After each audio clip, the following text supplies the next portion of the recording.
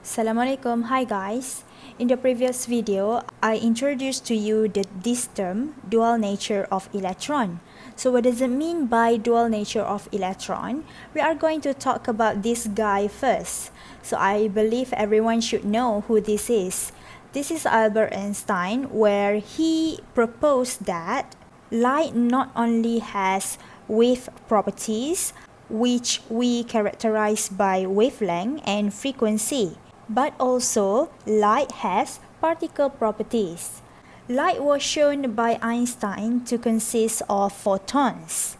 A photon has a definite amount of energy. For example, we have E equals to hv. So you have h is the Planck's constant and v is the frequency for a specific line spectrum.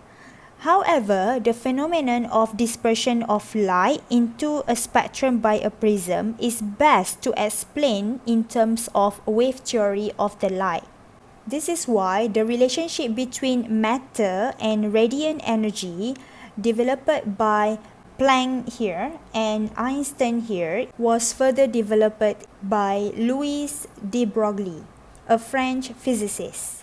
So de Broglie proposed that light and matter appear to have dual natures, which is both light and matter are wave-like and particle-like. What does it mean by this statement? In other words, if light could behave in some ways like matter, then perhaps matter could behave in some ways like light. So, he deduced that the particle and wave properties are related by the expression lambda equals to Planck's constant over mass times velocity. So you have this description where I'm going to emphasize here, you just need to understand this theory. You don't have to calculate. Now, get back to this theory. We are going to determine the wavelength of matter wave. This is our wave properties based on the particle mass and velocity.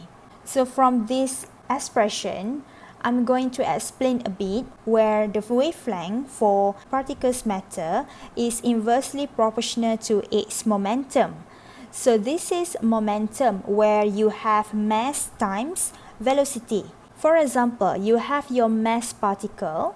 We are going to relate with the momentum and the wavelength. If you have the smaller particle, it will also got the smaller momentum and longer wavelength.